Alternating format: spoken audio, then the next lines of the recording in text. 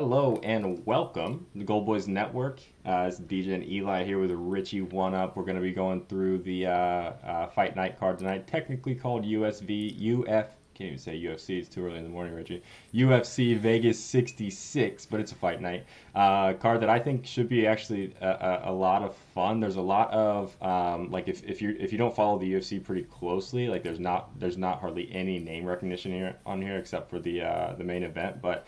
Um, for the UFC nerds like us, like there's some exciting fights here. I'm happy to get into, man. How's it going? You awake? Excellent, man. Yeah, absolutely, man. Nothing but love over here. Obviously, if I'm up at 8 a.m. on a Saturday, and just Right? I mean, I don't have kids or anything, so I'm up for you guys. I'm up Yeah. for No, everybody. you were out late working with Christmas, and I was up at like 5 a.m. with a 6 month old. But the grind is real. We're here. We're ready. So I'm gonna say, hey, before we Always. jump into this fight, there was obviously a pretty big weekend last weekend. A lot of good fights up until that co-main, and I think there was some questionable decisions that me and you might be on the less popular side of the opinions on. You want to talk about you want to spend 30 seconds on last week real quick? Yeah, I mean, I loved last week. We were killing it. We were on fire for a little while, and the only thing that really kind of stopped everything for us was really right at the end. The Patty decision was pretty insane. Um, I still really don't know how to feel on it. I was on the Patty Pimblett side, and I definitely knew. I thought he won round three. It's round one and two that are like questionable because it felt like he just got controlled a lot of the time. But Yeah. round three, a lot of people are arguing it. There's nothing to argue in that round. I feel like even though he got controlled most of the time, he landed. I think it was like nine strikes to zero. Yeah. So he clearly won that one. So that was pretty great. Duplessis, our chat room went insane when Duplessis won because we Yep. had him by money line and we had him by submission. And we had one Nuts. guy, if he's watching Aura, he even took him in the third round by sub. It was like, I don't know, over, he put like $15 to win like over $200 on one of them. But the one that hurt me was Ankalaev, the Yeah. split. That one Yeah. hurt. That one I wanted the win on that, so kind of just scrapped that play. And then for our parlays, we hit the top two. So I don't know. We had a great week, honestly. I think I went Yeah. one, two, three, You went four, off five, last seven. week, man. It was I had awesome. like 7-2. Yeah, you went off Basically. last week for sure. Yeah, yeah, and it was a lot of fun. Like I said, I think there were. It was all stoppages until that co-main, right? So it was awesome to To Patty, watch. Yeah, until Patty. the last Um, two.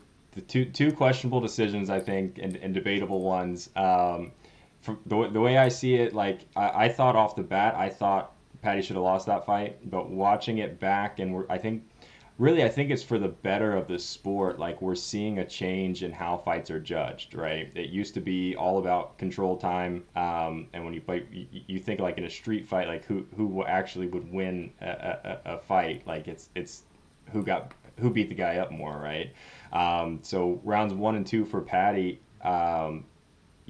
Jared definitely controlled more, but Patty did more damage, even as Jared was controlling him, right? So um, I can see how even though the control time was heavily in favor of Gordon, that you give at least one of the rounds of one and two to Patty, and I was with you for sure. I thought he won round three, even though he said maybe he didn't, but um, Yeah, I'm okay with the decision. They're treating Patty like I mentioned yeah, last week on the Discord. He's like their little honeypot. And right, he's not a champ. He's nobody really. He's just a big fan favorite, and they give him that little edge. That kind of like if you want to be the champ, you got to beat the champ. And yeah, he just didn't get beat. He got controlled, and a lot of people were upset. And I mean, I didn't you got win to my knock him bet. out. I was on the Patty side, but you didn't do anything to him. You hugged him for 3 rounds. You did Yeah. no damage. He walked away looking just as clean. So. Yeah, you got to knock Patty out if you want to beat him right now. I think, or make it obvious, right?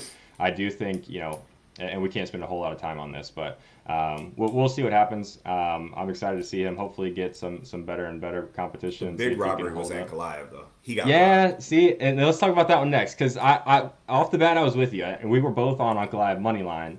Um, but when I watched it back, like rounds two and three to me were very obviously Jan. Would you agree with that? Yeah, I mean, with the leg kicks, he was just chopping Yeah, his freaking. yeah. You should have seen photos of his legs Oh, after his dude. feet and like just shins were Yeah. just destroyed. And we Um, talk about just pure damage done. Rounds 2 and 3 to me were not even close. It should have been Jan, and I was yeah, the same Jan. way. Rounds 4 and 5 weren't even close for me. It should have been Uncle Ive. There's even a 10-8 on the card for round five, which I 10-8. don't know about, but that's what A actually hundred caused percent it. though. See, I think it was a 10-8 Did you? because the Okay, one, yeah, round one was a toss up. Round two and three exactly. were Jan, and then or 4 and 5 were clearly Yeah, Ankalaev, and then five was just bad. I mean, yeah, five, he literally just manipulated him any way he wanted to in that ring. He was beating yeah. him down to the point where Jan grabbed the mic and was like, "I didn't win." Right. Like he Yeah, felt like he got smoked, yeah. and I'm his with you. face looked like it. But I'm other with you. than Ankalaev's legs, though, he looked fine, and I mean, he looked a little mentally defeated, though. It sucked for him. Oh So I don't yeah. know. And that judge, though, there was that one judge He's getting that investigated, right? he's getting investigated. And I Yep. think that was like a state. One of the states already said that he's not Yep. going to be allowed Colorado, I to think. have anything. Yeah, there you go. Yeah, he's not going to be allowed to have anything to do with judging. He also, I think the day before, that same judge and Bellator, he judged a card for Bellator, and the main event for that card, Yep. he also had some controversial. Like I Yeah. didn't see it, He but so I yeah, think so what happened was that this guy, so this is the guy that he gave round five to Ankalaev in a 10-8, but that he also gave round three to Ankalaev, I think, which is how he got to a draw. I don't know, but that Bellator card, basically he picked, he had it 50-45 to the losing fighter. So it ended up being a split decision. The guy that pretty clear. I don't even know the names. I don't really follow Bellator, but yeah. So there, that guy's getting investigated. But just good to man. me, like I'm with you. Rounds 2 and 3 definitely were Jan. Rounds 4 and 5 very clearly Ankalaev. 10-8. I can definitely see the 10-8 in round five. 10-8s, you very rarely see them though, right? So I understand why only one judge gave a 10-8 there, and round one was a toss-up, right? So I thought initially, especially because we were both on Goliath, that I felt like he got robbed, but watching it back, I do still think I disagree with it, but I don't think it's nearly as bad as how I felt right off the bat. I honestly blame Ankalaev though Yeah, because exactly. the way that round five went is what I expected the whole fight to Yeah, be. I exactly. thought Jan didn't stand a chance, Yep. and what happened was Ankalaev came on, thought he could stand there and trade with him, And and yeah, that Jan had a power is good game different, plan. man. Jan Jan is came different. out and chopped his legs away, and then once Ankalaev realized that, he was like, "All right, let me get back to what I'm good at." And he Right. took him down and just started beating him up, Yeah, I'm with you. yeah, let's get going with this Yeah, one. let's get into it, man. So just so everybody knows, we're on a little bit of a time limit here. I have a family Christmas to get through, so we're gonna try to fly through things. We're gonna try to touch on almost every fight, but if we think a fight sucks, we don't have much on it, we'll probably just skip through it. So this first one might be one of those. I think it is for me. We got Journey Newsom and Sergey Marazov. By the way, I have been practicing all of these names after embarrassing myself last week, but I'll let you get into this one. You got anything on this one? Bantamweight matchup? Yeah, I mean, it's okay. It's one of the better like first matches. I usually have like a I don't know, what do you call it? Like superstitious where like I have the first fight jitters every time when it comes to betting. So I usually try to fade it. 90% of the time I feel like first fights are usually like women's fights, so it makes it a little easier for me because it's like they're usually low level women's fights. Right. This one's okay. I see a lot of people online that are on the Journey Newsom side. I'm not a huge fan. I think Marazov is the better one of these two. Height, they're basically the same. But for me, the big difference is takedowns.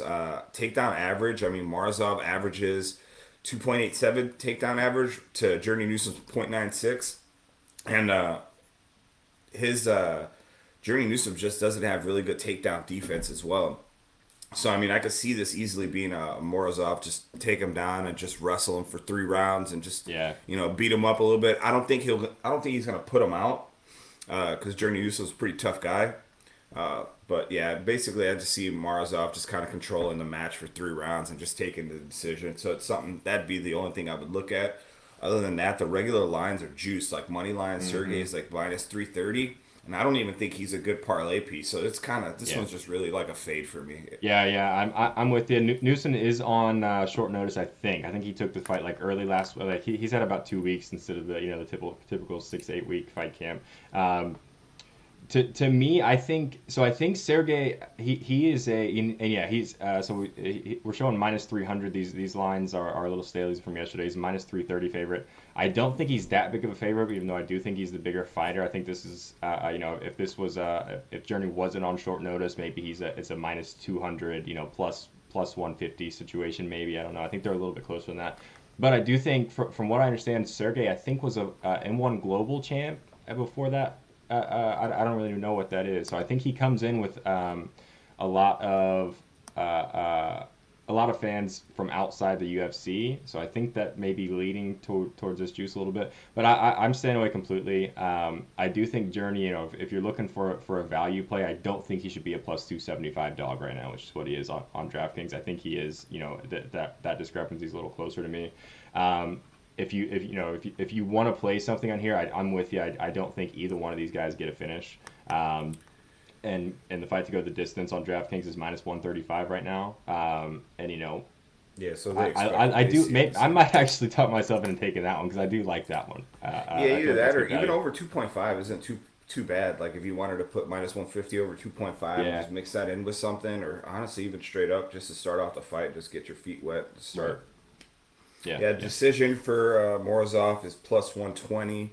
I mean, in all of his fights, he has 8 TKOs, 3 submissions, which is wild. I don't know why he wouldn't have more submissions with all the ground time that he has. And it's funny because you look at his like wins, it's like win by punches, win by yeah. punches. So He's he's had a a lot of he's a fights ground. that he gets stopped. Yeah. I think that he focuses on ground and pound more than submission. I think. But there's not a whole lot out there on him, honestly. I guess He that reminds kind me of of is it. his fighting style. Like if you remember, like Tito Ortiz, that's what he's Yeah. like. He's legit. One of these guys just tries to take you down, beat your face in, Yep. so you just can't really defend, and then just have the ref stop it. All right. You get on that one. You move to the next one. Yeah, the next one I actually don't mind too much, man. But yeah, let's Yeah, get yeah. going for So the that one. next one we've got. So the way I understand, I think this guy's name is pronounced David Dvorak, something like that. By the way, like I said, I've been practicing, and versus Manel Cape. So I'll give my thoughts Starboy. on this one first, real quick. Or Cap or K. I don't know. I don't know.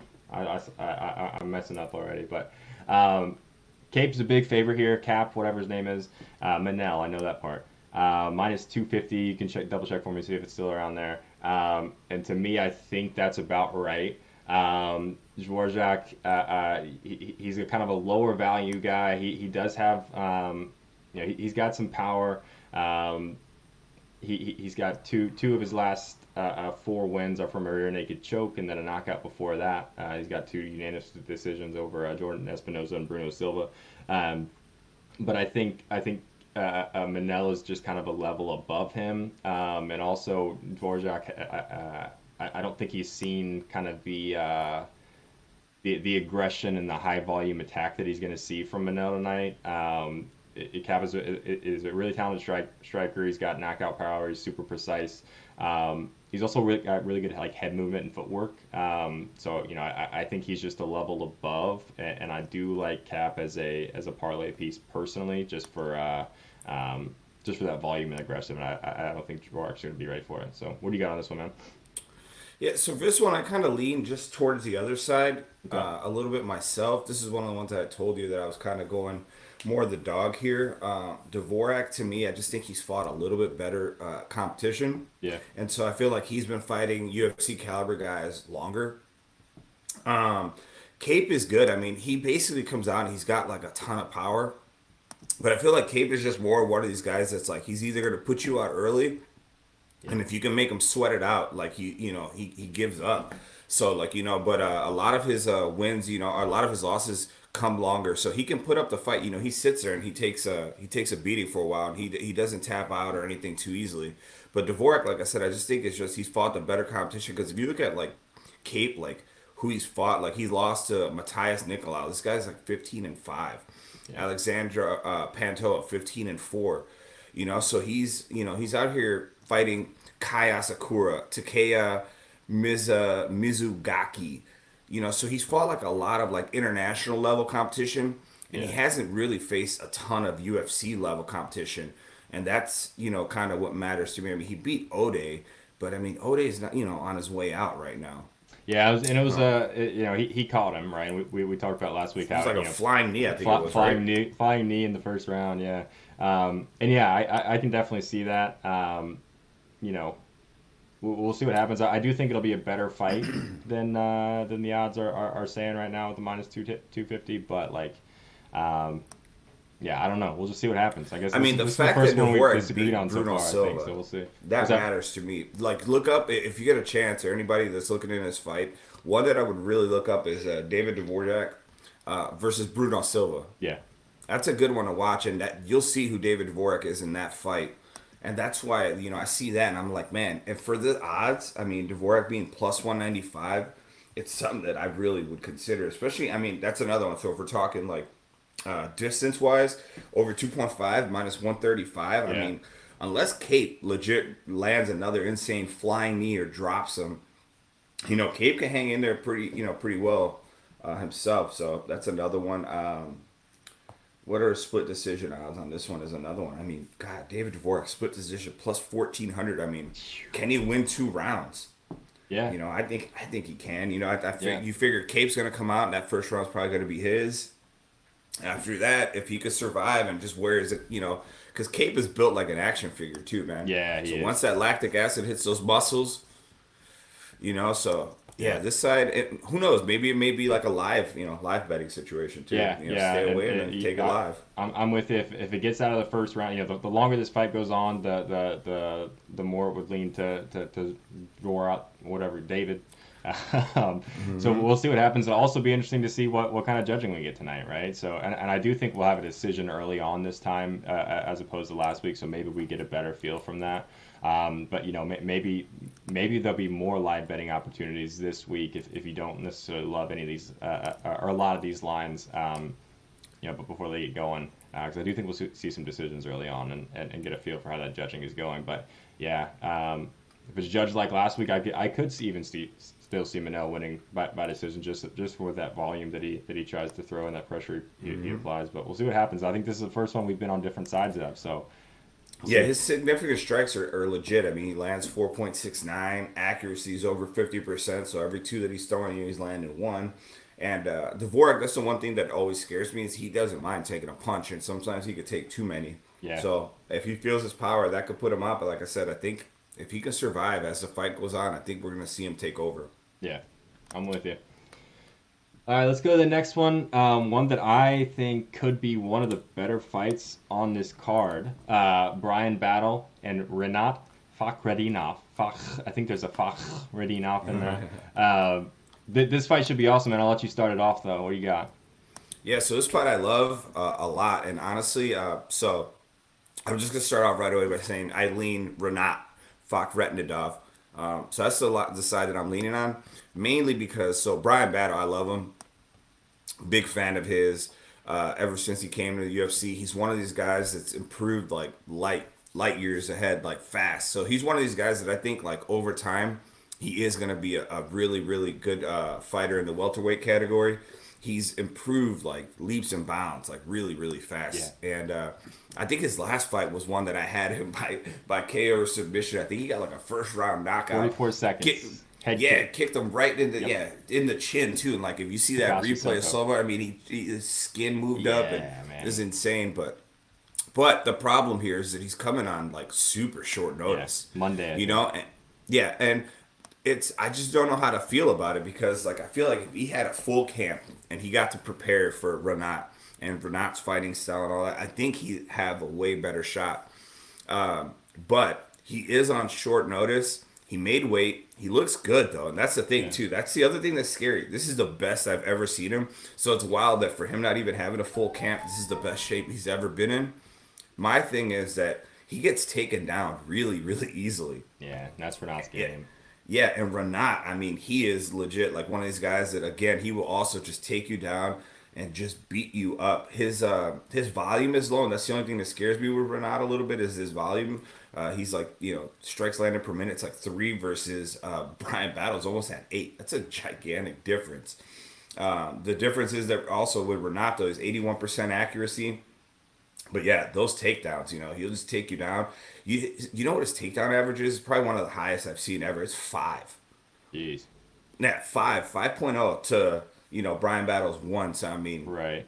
if Yeah. you're doing a DFS, Renat's a good pick. If you're doing same game parlays, Renat's another one. If you have, they give you fight props.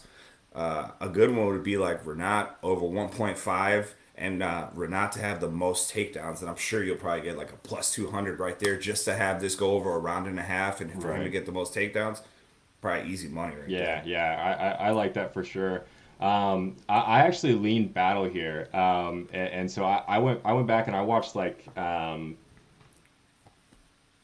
I watched his last five fights, and I'm with you. The progression that you can actually see from fight to fight and how much better he's gotten is pretty crazy. And if you got anybody watching this should watch that Takashi Soto fight where he had that head kick in the first round to knock him out. But this is a guy who early on, I think coming into that Gilbert Urbina fight, even though he did win that with a rear naked choke, cardio cardio seemed to be an issue. The weight cut I think got to him there, but and it kind of looked better, but you could still tell for the Trayshawn Gore fight. But he looked different cardio wise and just in shape wise for that Takashi Soto fight.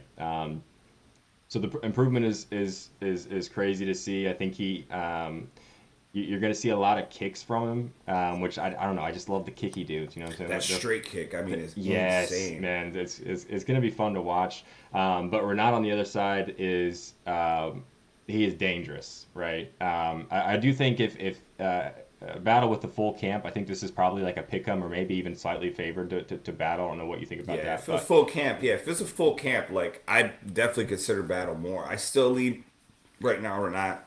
yeah, I mean, just a more experienced fighter, fought the better competition. Um, and like I said, he's prepped and ready for this fight. Battle, I mean, if Battle's smart, he uses his advantages. Like, I mean, he's got like a 3 or 4 inch reach advantage. mm-hmm, That's insane, and that's just arms. I mean, I can imagine legs. So yeah, yeah, if he could use the legs and keep that straight kick out there and just keep him away, I don't see him stopping takedowns. Is the only problem. yeah, His ground game is good. I can't trust him off of his back. yeah. It's the only thing. He's good, but he's not like some BJJ. You Right. know He, that he you're seeing out he there. definitely does not. He does not want to be on the ground, especially Not with with Renat. Renat. Yeah. You look at Renat. He's super. He's got a lot of power. He has a lot of knockout power, and he's also a super aggressive fighter. But he also his last win was actually in a wrestling league match. So that's something he really works on and prides himself on. And if he can get Brian to the ground.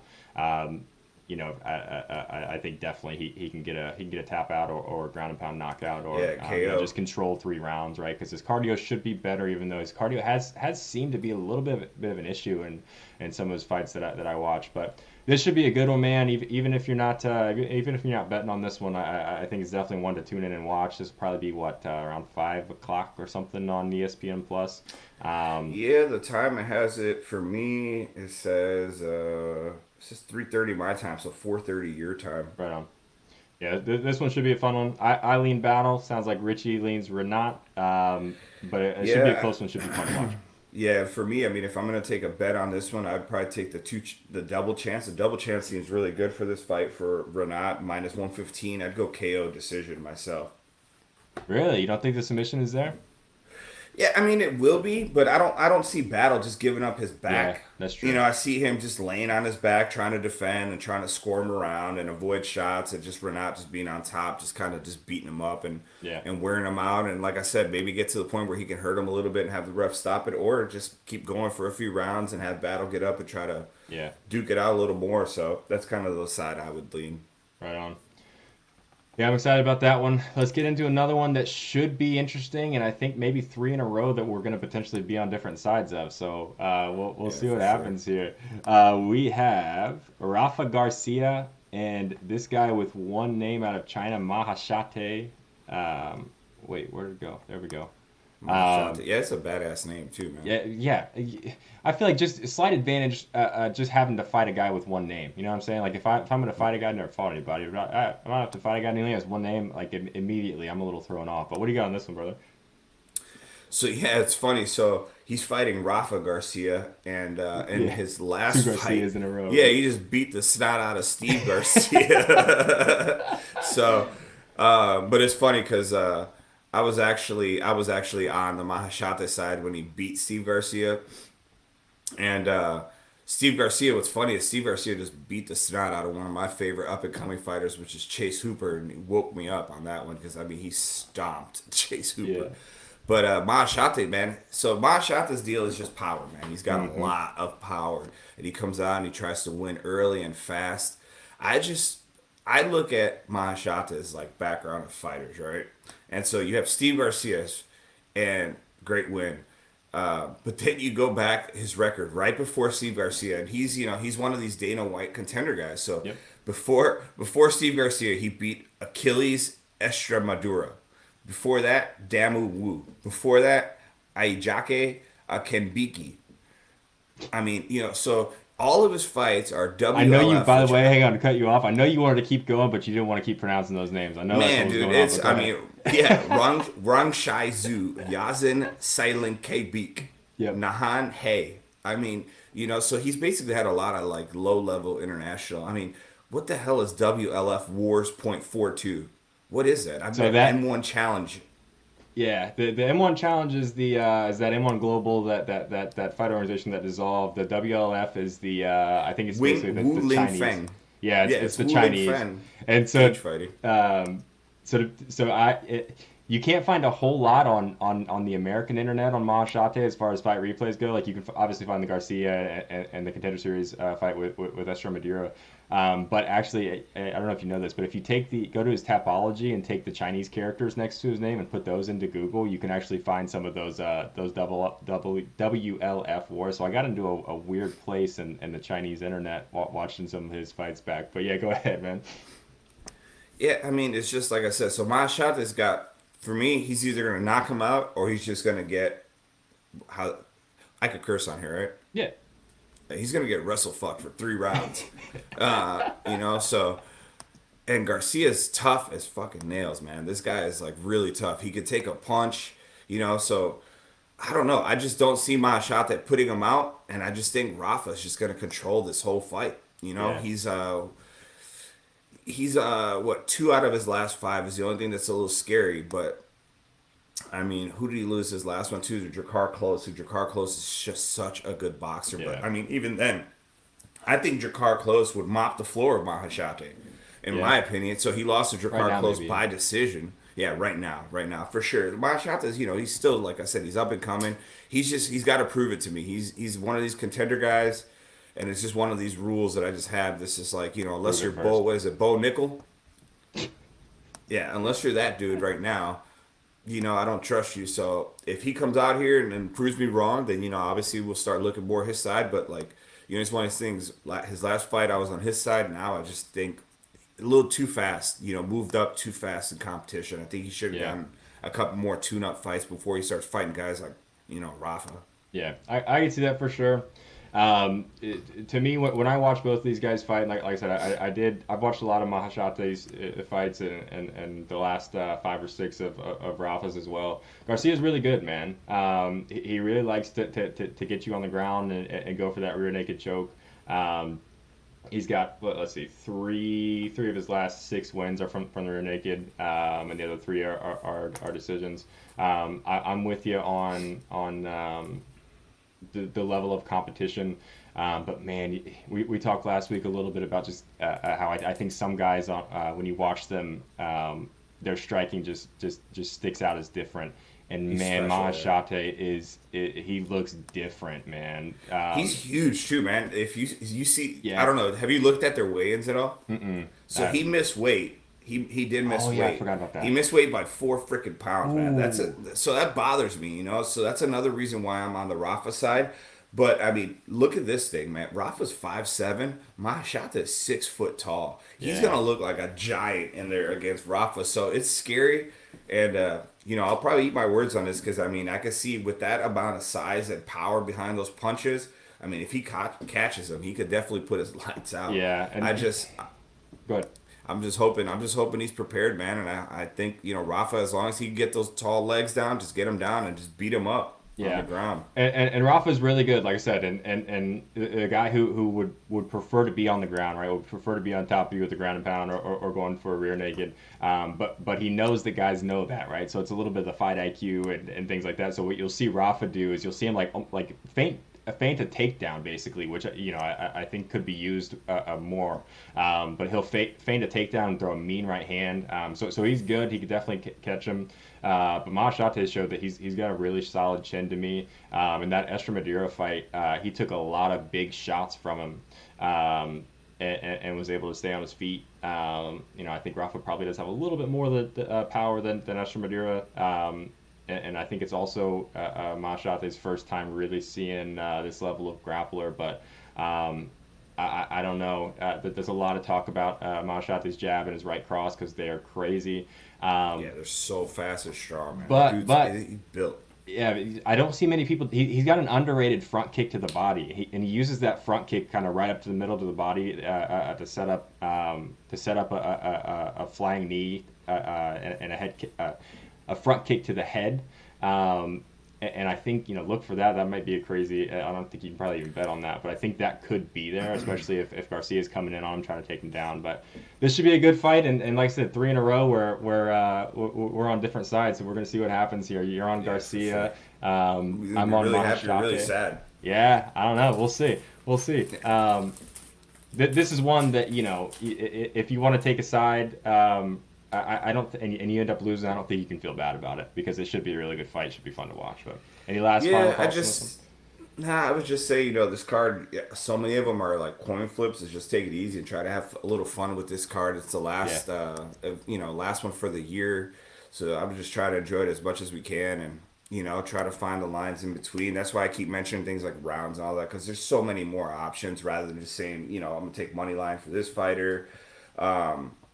I'm looking at some of these odds too, and so Shate, man, I wish this guy had subs in his game because Jesus Christ, he's plus 1,200 just for a regular submission, man. And Rafa Garcia, if I had any idea that I thought he could put him out, he's plus 1,300 for a TKO. So if you really truly feel like you can toss $5 on it, man. Yeah, If you think he could somehow get on top and beat him up and get it a stop, but I doubt it. Shate is like. If you look at his wins, it's like round 1 KO, round 1 KO, round 2 KO, round 2 KO. Except for that contender series fight, yeah.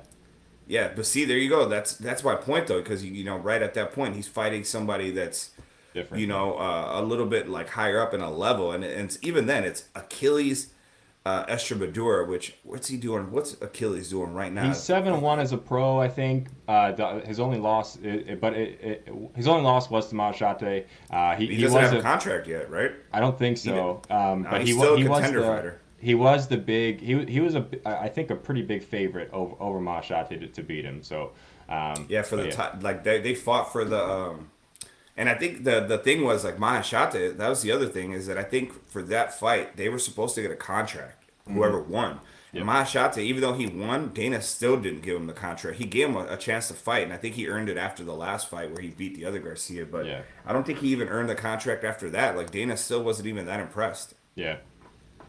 All right, let's move on, man. We're running up against time here. But this next fight is one that I think is still on the prelim somehow. I think very easily could be the main event of a fight. Now I don't know what happened here. This is a badass fight. This one should be awesome, and one that actually I only have one play on this one to. I think it does go the distance, but I'll let you talk most. No, on I this kind of one. want to hear you go first on this one because I'm wondering if we're on different sides for this one, too. Dude. Okay, so this is all right. I'm gonna nail this one. Said Nurmagomedov. Who's not related, so not related to any of the Nurmagomedov in that region of Europe is like Smith apparently. Or like super in the Middle East, like Patels. He's like one of those names that's just very common in that area. So Said Nurmagomedov, no relation to Khabib, versus Said Yakub Kakhramonov. There's another Kakhramonov out of Uzbekistan. This fight is, I've watched a bunch of these guys' fights. They are so close. I cannot pick a side. No, I do like the fight to go the distance. I think these are two guys who neither one of them are afraid to kind of try to play the points game and kind of feel each other out. I think it'll be a slower developing fight. I think it's gonna be really good, really close. To go the distance is -150, so I don't think I love that. That just at that value, maybe in a line somewhere else, but. Yeah, two really good fighters, like I said, that I think could definitely be the main event of a fight night, and somehow it's still on the prelims. So I don't know. What do you got on this one, man? Yeah, the fact that you have a women like that Corey McKenna fight after this is Right, kind of don't mind blowing. disrespect that one though. It's gonna be good. No, I like her, but I'm just shocked that like you would have this. There Yeah, was what was that fight? There was a fight last week. There's like how do you have that fight? Like even the Hernandez fight. Like how do they have that so early and I not don't late, know. knowing that it was going to be such a banger? But all right, so this side, this one I do have a side, and it's probably against what a lot of people have. So a lot of people do like Nurmagomedov, Saeed. You know they like him, but he's so different, man. He's a kickboxer. Yeah, So that's so weird for me to even say with that last name, you know, him being a kickboxer. But for me, the big difference is I'm going Kakramanov for this fight.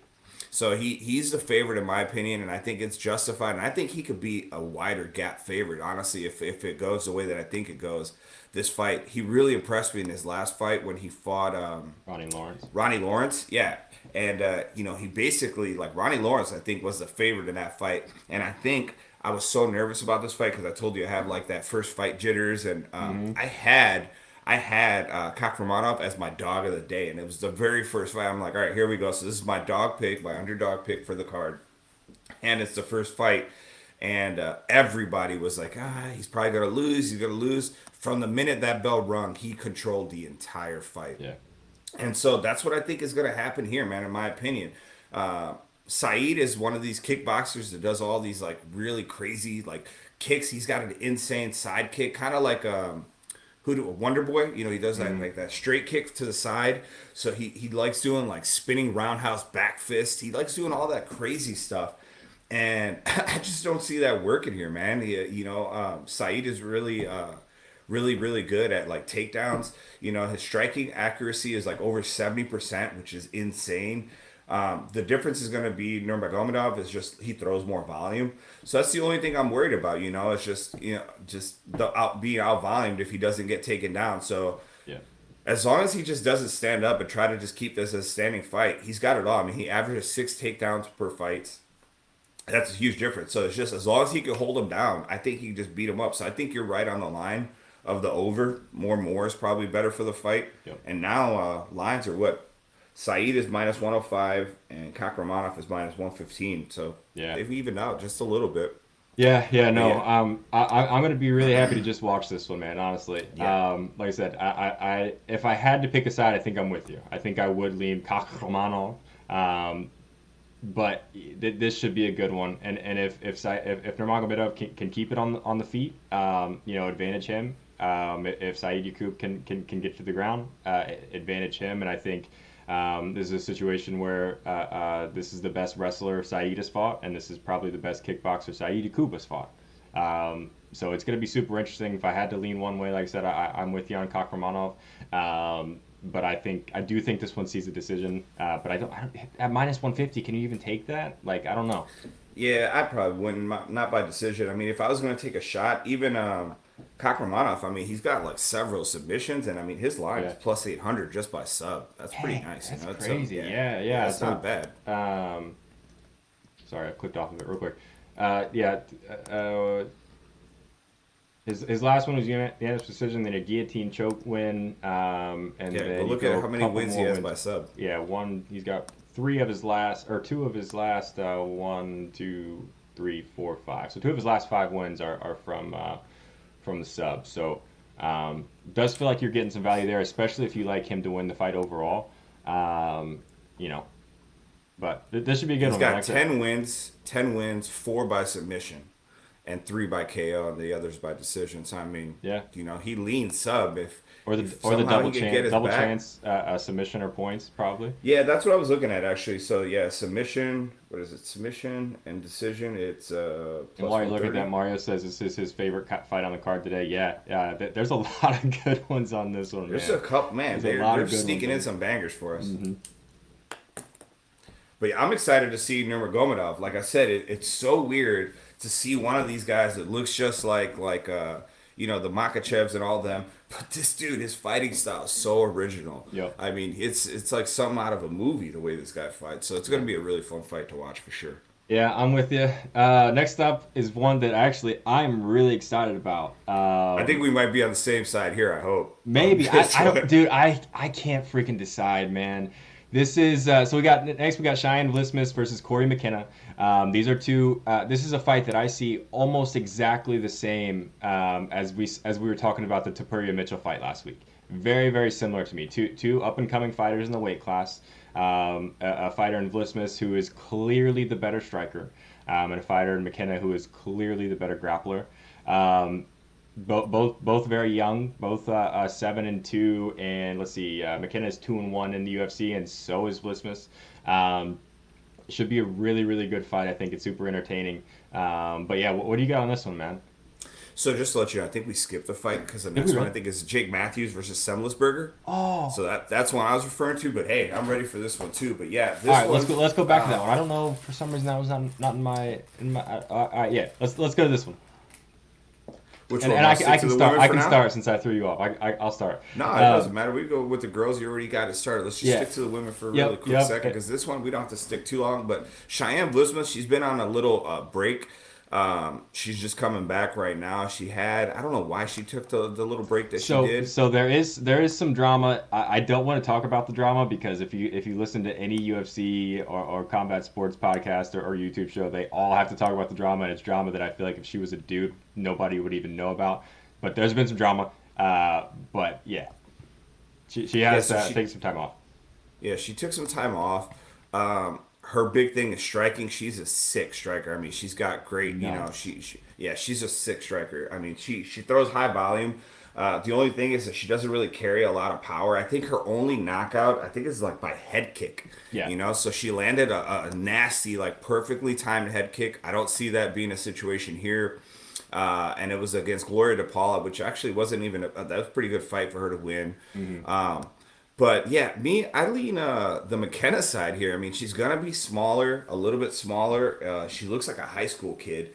But if you watch, but if you watch McKenna's last fight, I was on her as well, and she's tiny. But man, she is one of these little girls that will come out and will pick you up and body slam. She will drop you right on your head. And my favorite thing is the reason that she won me over. Did you see how she won? What exactly she did to win her last fight? Von Flue choke. Dude, first one ever, I think. Flue, right? Bro. The first one ever in women's history. Yeah, women. Yeah. I mean, that's a sick freaking choke to know, and to actually do and win by. And she did it against Miranda Granger. Who's no joke. So yeah, she's no slouch. She basically has the same record they all have. I think she's like 6-2. Oh no, she's 7-2. She was she's 6-2. Sorry. So yeah, she's 6-2. So I mean, she could do the same thing to Vlismas. I think if she could just take her down, I think the fight's hers to lose. If she decides to somehow Vlismas could keep the fight standing, just avoid the takedowns. But I mean, her takedown accuracy for McKenna is over 50%, and she averages 2 per fight. Yeah. So I think if that's 2 rounds right there. If you take her down and just hold her for round 1 and 2, and you lose the third because you're starting to gas out, or you lose the first one because you decide to take punches to the face and then hold her for the next 2 rounds, I think she could pull off this decision, if not a submission. So what are those lines? Yeah, I'm with you there. While you look that up, because we gotta start moving a little bit here. So Cheyenne really good on the feet. Has a really good left jab that she uses really well to set up kind of an even better right cross. Her last fight was against Mallory Martin, who also wants to take you down. Is kind of her game, and she was able to do a really good job of using kicks and using her length because she is big for the weight class, tall, and has the reach advantage over pretty much everybody. But did a good job of using that length to keep Mallory away from her, keep her at distance. So I do think she could probably be able to do that here. Corey is plus 1100, so plus 1100 for Corey for a submission. No, I posted that in the Discord, and I have that. I actually have that as a 0.1 unit play on my card is McKenna by submission, just as a spoiler alert. And I tweeted you that earlier this week. Did you see that? I was like, spoiler alert, McKenna by sub. Yeah. I But mean, yeah, that's yeah, yeah. I put like a little GIF. I think I reacted to it because I was yeah, like, "What?" But yeah. yeah, absolutely. I mean, Definitely, plus definitely. 1100. She just got a Von Flu. Yeah. Also, while I'm talking, can you look while you're there? Is there a line for McKenna by disqualification while I'm going? Because, but yeah, McKenna is I think the youngest female fighter on the roster. So up and coming, like I said, super comparable to me to Bryce Mitchell last weekend. Her best skills are on the ground. If she can get Cheyenne to the ground, it is she'll probably win the fight. I do think that. While I was asking about the DQ is so that knockout that Cheyenne had on her last fight or two fights ago, Gloria DePaula, it was, I'm not kidding you, it was a tenth of a second away from being an illegal kick. That's how you talk about it being perfectly timed. I Yeah. you know Like was it her knee perfectly was down and timed? she Was it just got up. lucky? Like she was just She getting was up, right? on her way up. Yep. And so I actually also found one of her, I think it was one of her LFA fights, or one of her other fights on YouTube. She also threw an illegal kick that wasn't called. So I don't know, just something to keep an eye on. Like, and not that I think she's a dirty fighter or anything, but No, there's been a little sometimes you bit of can history find there. like good lines on like if somebody could lose a point. So that's another one to Oh look yeah, at. yeah, So yeah. find some lines like will somebody lose a point? So to that, I'll definitely when we're done here, that's something I'll look Yeah, into something to look myself. at. Oh, point deduction. Point deduction is plus 2,000. Jesus. So I Yeah, this mean, one should be a good one. I think I personally do. I think lean Vlismus just because she does have she's better on the feet.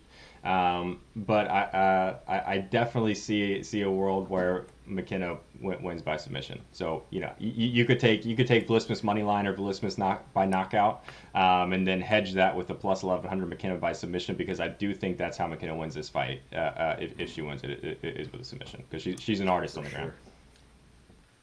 No, we're What's going on, fine. fake Martin Lawrence? How's it going, man? All right, let's go back to the fight that I skipped, because honestly, I don't have much on it, because to me it should be a Oh yeah. pretty. I think Jake Matthews. All right, so let me set it up a little bit first, Eli, you idiot. Jake Matthews versus Semi the Jedi Matthew Semelsberger. Um, I don't know. Jake Matthews looks like he's on a different level. Yesterday he was minus 280 favorite. Today he's a minus 305 favorite. Yeah. I don't have much on this. I do have Matthews in a money line parlay, I think, for tomorrow. But I think you might be on the other side of this one. But what do you got? No, I'm on Jake Mack. Okay, That's like this is the good, one I said maybe good, this is good, gonna be good, the one. good. This is the one I meant that I think we're gonna be on the same sides. I'm on the Jake Matthews sides Just different. 100%. I mean, this kid is like if he could just stay focused, he could be that dude where he could fight for a title soon. I mean, his striking is just unreal. He throws these insane his hooks, they come from like the hip, and he's one of these guys that puts everything in his shot. I mean, he did you see the Fialho fight by chance? Uh, I mean, I assume Fialho I gets yeah. knocked Go ahead. out a lot because he likes going out and just throwing bombs, and he's a killer be killed fighter. But Matthews toyed with him that fight. I mean, he was just piecing him up, and like it was like he was having fun in that fight out there, just destroying this guy. And I think we're gonna see a lot of the same thing for this fight. I think he just goes in there and smokes Semelsberger in the striking battle. Semelsberger's got a really hard head, and he could take a punch, but I don't know, man. I think he's just gonna wear him out little by little. And I see like this is one of those ones that I'd consider like going like if you're gonna take Matthews by KO, Yeah, consider going by round. Like going round by one. like round two. I would start at two. I don't know if he takes him out in the first round, but like Jake Matthews by KO round two plus 1,300, and by round three plus 2,200.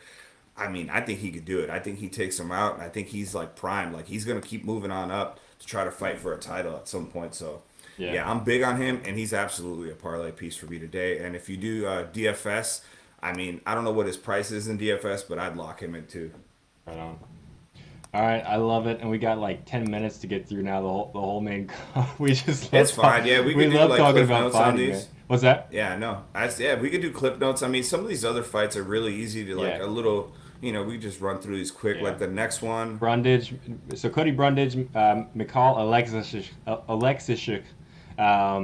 I don't have anything on this fight, to be honest with you. It should be Yeah, a this one. McCall easy one, I think, for me. But I think you're on Brundage, right?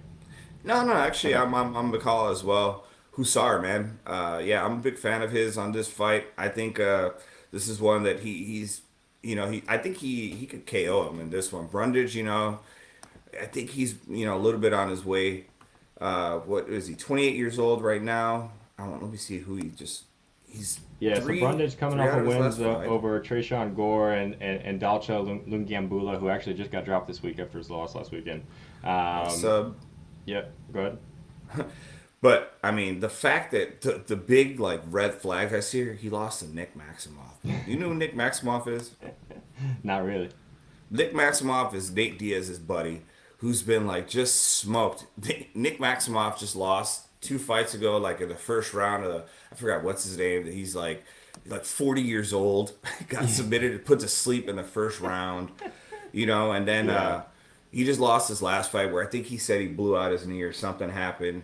Um, Now I know what is it, Electric or however you Alexis. pronounce it. I mean, he just smoked Sam Alvey, which is Yeah. sad because I love Smiling Sam. So it's not like anything to like brag about, but I just think in this fight he's going to be the better fighter in here. I think he's going to come in and just kind of handle business. I think he takes the win in this fight. Yeah. And yesterday odds were -2. I don't know what they're at now, but yeah, that's about right. Yeah, what I Um, wouldn't do though is this one. I wouldn't put him in a parlay. That's for sure. Like the -275. Yeah, I don't. I just don't trust it. Cody. I think Cody's another one's on short notice for this fight as well, and he looked a little out of shape when I saw like their weigh-ins. So this is one that like honestly, this is more like of a fade for me. That's why I said we could like run yeah. through this one quickly. All right. Next one I think should be awesome to watch. Drew Dober, Bobby Green. Bobby Green, I think coming off of a USADA suspension. Go ahead and jump in here though, man. This one should be a lot of fun. Yeah, Bobby Green, he's coming off a suspension, but it's not like a suspension that like I judge him on like some of these guys that got popped for PEDs. He got popped for a banned substance. He owned up to it right away. He literally said a whole story and explained how it went down. They like investigated and found out to be true. He basically just bought like a supplement that any kid, you Yeah. could be 15 years old and go to Walmart and buy. He bought it. He took it, and it came up hot. Which is why he only got 6 months because usually now when you get popped, they give you like a legit amount of time. Right. So it's nothing that I'd worry about. He's a high volume guy. Not I don't think he could. I just don't think he's gonna take out Drew Dober. I don't think he's gonna knock him out. And then if you want to really know who Drew Dober is, watch the Drew Dober. If anybody knows who Terrence T Rex McKinney is, that kid is an up and comer, possibly a future champ. Drew Dober, literally, I mean, it was Terrence had taken that fight on short notice, but still, Drew Dober got knocked down, I think, like 2 or 3 times in that It was fight. a fun With, fight. yeah, he would not go out. Like, he just kept getting hit. And even Terrence McKinney said it's the hardest face head he's ever punched in his life. He said it's the hardest head. And I don't think Bobby Green's going to take him out. And I think just Drew Dober, you're going to see him little by little taking over the fight, especially with Bobby Green just kind of, coming back from the suspension. He's been out.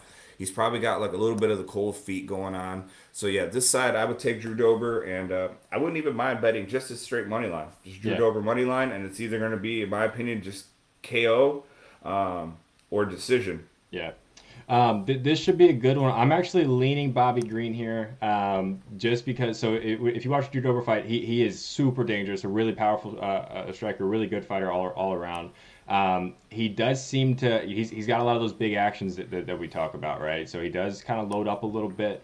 And if you watch Bobby Green's fights, this guy is super elusive. You see him actually do the boxing shoulder roll that doesn't work for most guys in the UFC, but somehow he makes it work. So he's really hard to hit. So you add in kind of the wind up and the loading up that Dober does. I like Bobby Green to be able to avoid most of those big power shots from Dober.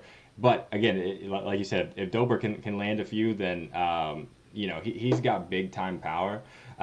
This should be a fun one too. If you've never seen Bobby Green fight, he literally talks trash the entire fight to his to his opponent. He'll be talking to his corner, yes sir, like I got like. So it should be fun. I lean Bobby Green here. He's got like He's a little plus funny money. list too when he talks. Yeah, Like, yeah, he's yeah. got like this little weird little list when he It should talks. be It's it should funny. be a lot of fun, man. I'm excited for this one, and on the main this is the highlight of the main card for me. It should be a good one, man. Any final thoughts before we move on to another really a lot of good fights here?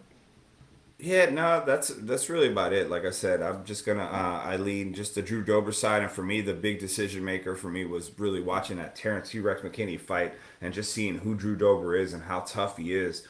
and that little layoff. So if Bobby Green comes in and smokes him, we see that he's back, and we go right back to backing him up for other fights. But for right now, I just think Drew Yeah, Dober's got that chin, and I think he's just gonna, I just think he's gonna land the harder shots in this fight. yeah, yeah.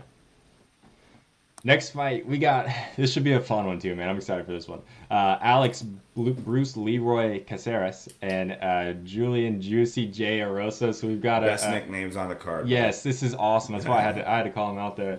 Arosa, so he's a little wild, but he started out his career, a few fights ago was pretty wild, but for that Jourdain fight, which was 3 fights ago for him, he made a pretty big change into his in his camp and how he spars. It was a noticeable difference to me how much kind of more dialed in he was, striking, and more technical he was during that fight versus like when he got knocked out by Sung Wushu, the fight before. He's super dangerous. And Alex Caceres, these are two guys that have been around for a long time. Caceres, especially, he's 14-11 just in the UFC. Something that I look out here, and I can't pick a side straight up on this one, but 3 of Caceres' last 4 wins are by submission, and Caceres to win by submission is plus 1100. So tell me about that. Yeah, I mean, so he's very lanky and long, and in these fights, if you watch when he wins by submission, man, I feel like every fight that I've seen him win by submission, he's getting his ass beat. So he's out there getting beat up, and somehow he just ends up on this person's back, man, and ends up getting these submissions. It's just weird. I'm not a Caceres fan at all. Like, I like his little goofy sound. I think that's what like people love about him, is that But like if you look at his wins, it's like rear naked choke. For a submission, rear naked choke. Like boring. All of them, yeah, man. He just gets bullied, and then somehow just like monkeys his ways to someone's back, and gets on there and gets these submissions. And I just don't see that being the case with Juicy J. But to that point, what are the let's see, fight to go the distance? No, I mean that's your money right there. Yeah. Because it's either going to end by a What are the Caceres odds? submission. It's plus 100 for this to not go the distance. I'll take that with you. All over it. Yeah. I'm all over that prop right there. So that's kind of what I'm leading for this fight. It's honestly, I'll tell you what right now, this is what I have on my card that I'm giving to the Discord. I like this to not go the distance if you want to stay neutral and not take a side. But yeah, if you are taking a side, I lean Erosa side. Winning method, you could do the double chance as well, which is KO sub, and that's plus 215. Yeah. So Yeah. I think Erosa finishes the fight, and I like both of those.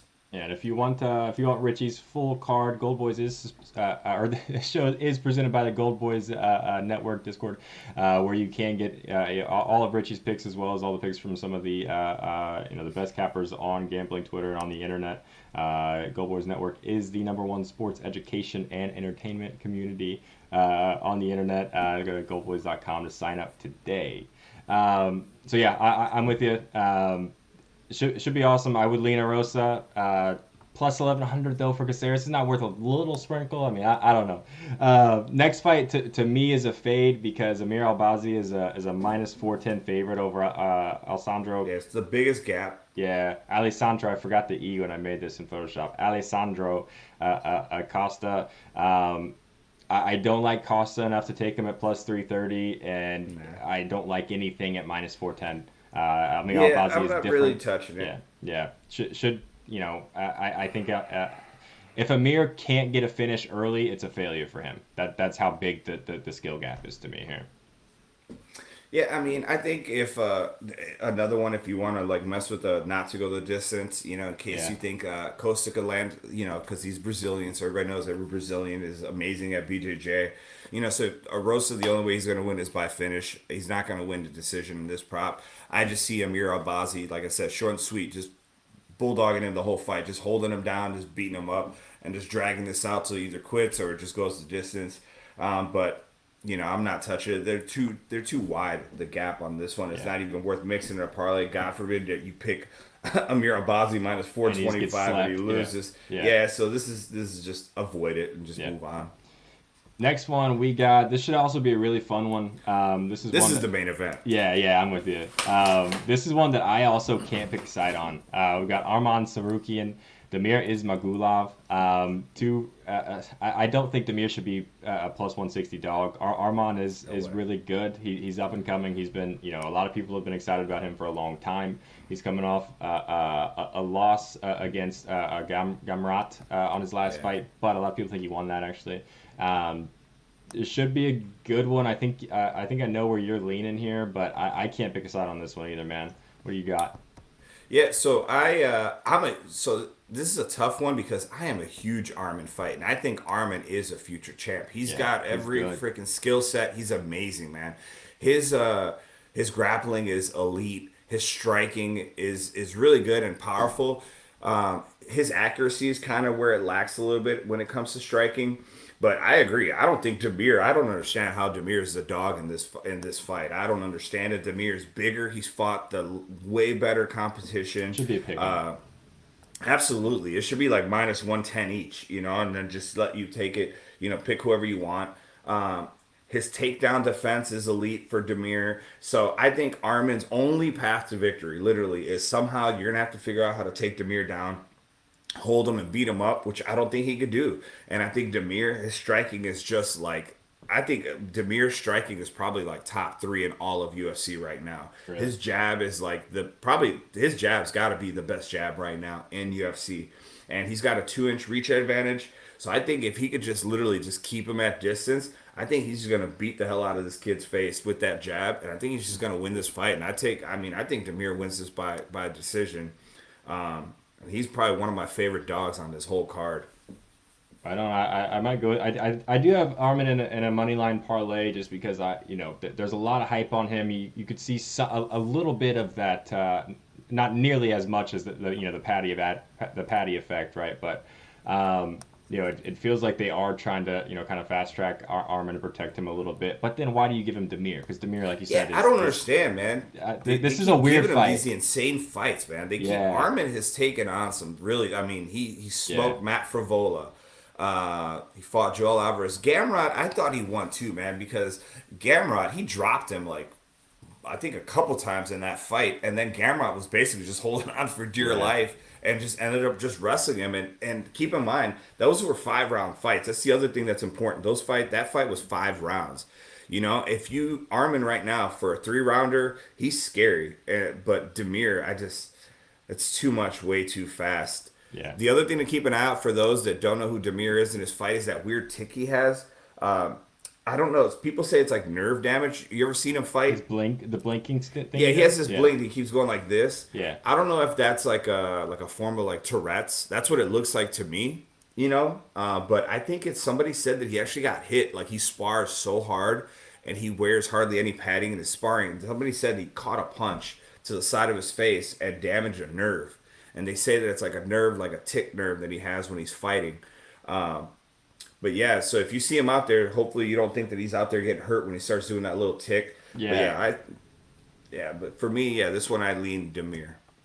All right, let's move on. I like it there too. I think regardless, you don't have to bet every fight like we talked about last week. You don't have to bet every fight. You can just watch this fight and enjoy it. It should be really good. But yeah, I don't think Demir is a plus 160 or whatever he's at, dog. So let's get to the main event Main here. event. We are running a little bit of behind. Mammy and Pawpaw, if you're watching this, we're gonna be a little bit later than I thought. Sorry, we'll get there. But yeah, Jared Cannonier, Sean Strickland. I don't know if this is a super exciting fight, but it should be an interesting one. It's the two guys that have fought for the title and lost this year. Um, Two guys that have been around for a long time, especially Cannonier. Um, I'll let you kick this one off, man. What do you got? Yeah, I mean this one. This one I just think is going to be like a little, boring exchange of punches till somebody lands something. Yeah, Right now, I lean the Killer Gorilla me too. Cannoneer mainly because Strickland. So if I didn't see what just happened to Strickland, I would Yeah, take Strickland, yeah. right? But the way that he got If you don't knocked know, out so was real quick, so if violent. you don't know, Sean Strickland just got destroyed in the first half by Pereira, the guy that ended up taking the belt from Izzy so Beating, far. yeah, the guy that knocked out Izzy. So Strickland came in And Strickland, what bothers me about Strickland is that he's a bonehead, man. He's got like this ego about him, right? So Strickland came in, and if people don't know this, Strickland came in and he was a wrestler. He's a grappler, man. He's really good at wrestling, but he doesn't use it. He likes, going Like Gaethje. forward and yeah, and just like fighting and throwing punches. But he doesn't come out here and go, I got a game plan and I want to win. He just likes. I think he's just one of these guys that likes to fight. He Yeah. just comes out and really just enjoys getting punched and punching people, right? But if I could believe that he's gonna come out, put a game plan together, tackle this guy, and beat him up on the ground, I would lean his side. But I don't think that's his game plan. I think he's just gonna come out and just try to outbox him, which he Yeah. can. If he puts up the volume, which he normally does, he usually has a higher volume. He could win it. The reason I lead Cannonier, like I said, is because man, Strickland's knockout was like violent. Like he popped up quick, but I mean the way that his lights shut off from that punch, and that was just a couple months It was ago, man. And I think it's just 6 months ago, yeah, yeah, and that's something that you should take into account, right? Is that this guy got absolutely like slept, like the knockout of all knockouts 6 months ago, which 6 months might sound like a long time, but in in brain damage terms, that's not very long. nah, man. You His you can brain have a is concussion for 6 months straight, yeah. So but I yeah, mean, he got lit up, and I mean it's tough, man. There's a lot of angles to look at. I mean, Cannonier's old, man. He's 38 to Strickland 31, so it's Cannonier on his way out. He's the only thing that bothers me about Cannonier is that if you look at his fight versus Izzy, man, he's just like he just doesn't do enough. I don't know yeah. what it is with him. I don't know why he waits to like engage. He's too slow. Like I figured, if he would come in and I could say that he's just gonna come in and just like go wild and really try to pull it off, but he waits to engage. So I lean his side just because I think he's gonna land the harder shots. Um, but if Sean Strickland could somehow his brain's okay and he just keeps coming forward the way that he does, I mean, I don't know. What's the line? Do we know what's the line right now for the Yesterday rounds? it was pretty even. Cannonier was minus 111, but that's not. I think Cannonier is now the slight favorite. Um, I wish we had an over 3.5 for this one. It's over 4.5. you might be able Yeah. to find it like on FanDuel as an alt line, but yeah, I'm with you. If you haven't watched much of these guys, so Sean Strickland is a he throws. If I could take over 150 jabs thrown for Sean Strickland, I would take it. He throws a lot of jabs. You're going to see him continuously walking forward. He walks forward, jab, walk forward, jab, walk forward, jab. But somehow he's super aggressive, but he somehow still is boring to watch almost to me. I don't know. Um, Yeah. so something I to be looking for here is again super aggressive, going to be walking forward, and leans a lot on that front leg. Like I don't his footwork just isn't great. He Um, boxes like Nate Diaz. If you're watching him, he has like that like lead and he yeah. just throws his punches and he just leans and just hmm like comes forward. He But does a that lot front of leg that is same. out there, and if you watch Cannonier's fight, you go back actually a few years to the Whitaker fight that Whitaker actually won, and he beat Cannonier. Um, the very first jab Whitaker threw, immediate leg kick from Cannonier. So I think you're going to see a lot of leg kicks from Jared here. That's a good And I point. look by round 2 or 3, I think Strickland's movement's going to be compromised. It's not great anyway. And I do like Cannonier here. I like him to get a knockout. The thing, like you were saying though, is he can't be super passive, and he can't just kind of let Sean just keep coming at him and keep tagging him with these jabs and jab and Yeah, he's just connecting. gonna get outpointed if he does, man. He's gonna have to Exactly. land some hard Yeah. shots. Yeah. So he can't. So that's kind of how Uriah Hall fought Sean Strickland. I think that it was not your prime Uriah Hall by any means, but Uriah was just kind of waiting for those engagements and didn't do enough and ended up losing by decision. Um, but if you look at like how Cannonier fought Gastelum, Gastelum is a different style of striker, but he was super aggressive. And it was almost like Cannonier was being aggressive in his counters. Does that make sense? Not like Hmm. initiating the offense, but being super aggressive and really looking for those opportunities to counter and throw those punches. And that's what he has to do tonight. But yeah, I lean Cannonier, and I lean Cannonier by knockout. Yeah, I mean the way that he like destroyed Anderson Silva's legs, man. That knee, Yes, like that's what he he's. I think blew he's up going to his do that. like knee, man. Yeah, He blew up that's what his he's going to knee, do and tonight. then I think. and just to let you know what kind of fighter really Cannonier is, for those that really know UFC, I mean this guy has gone to decision. He beats Anderson Silva. Granted, Anderson Silva On his was way out. like Yeah, big time, but still though, you beat Silva. He destroyed Jack Hermanson. I mean, Mm-hmm. that freaking uppercut that he landed on him, right? He Mm-hmm. lost to Robert Whitaker, which right now Robert Whitaker is one of the few people that I think could actually beat Pereira. I think Yeah. Robert Whitaker could go in there and beat Pereira because Pereira's just ground game is terrible. Um, and he went to a decision with Izzy, so Cannonier, I mean, I don't think Strickland is going to have the power to put him out. No. Um, so yeah, that's an interesting fight. Like I said, I'll take Cannonier. I think you're right, man. I think Cannonier, maybe even KO might be the way to go. And Yeah. his KO is plus 250. Yep, Maybe yep. the later So rounds too, I'm like on three, that for four, half a five. unit, and I've got one unit on Cannoneer money line, and yeah, just what real quick before we close out here, what you're talking about, just difference of competition. So last 5 fights, Cannoneer's 3-5, Strickland's 4-5. But you look at those 3 wins for Cannonier. We're talking about a dominant knockout of Jack Hermanson. He beat Gastelum and he beat Derek Brunson. Again, not prime Derek Brunson, but still. And his losses were to Robert Whitaker and Israel Adesanya, and he was able to take Izzy to decision and Whitaker to a decision. Strickland lost to obviously Pereira last time out. Had a split decision against Hermanson, and then past his prime, I think Uriah Hall, and then Jocto and Brendan Allen, and he also hasn't finished anyone in over 2 years, and since that Brendan Allen fight. But so yeah, I like Cannonier. Yeah, cool. Cannonier, man. His Man, resume his is crazy. is insane, man. I mean, Glover Teixeira, Jan. He went to a decision with Jan, man. He's been fighting high level competition for like a Yeah. decade, and also if you don't know, I think he started at heavyweight, dropped down to light heavyweight, I think, right? hmm So I think he's moved down 2 weight classes He's basically. So, middleweight right now. yeah, Yeah, so yeah, and I mean, he's shredded for being his age, man. yeah. He is like another one that looks like an action figure. Yep, yep. So it's a 185 weight class. I think he might actually come into the fight weighing close to 200 pounds tonight. But all right, For man. I'm sure. already late. You got any closing thoughts here? No, for anybody that has questions, if you're watching this or you watch this later, I mean, obviously you can find my Twitter handle right on here.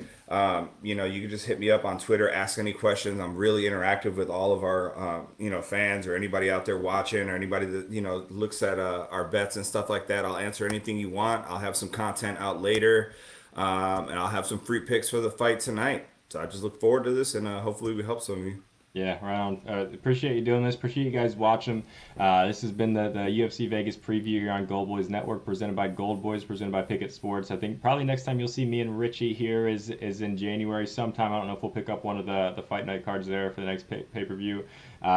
No Gold Boys shows tomorrow, but we will be back Monday for propping up at noon for some NHL picks, and then Tuesday evening at 6 o'clock for the Vegas Open, some NBA picks. So thanks a bunch. Good luck tonight if you're betting, and yeah, we'll talk to you soon. Appreciate you.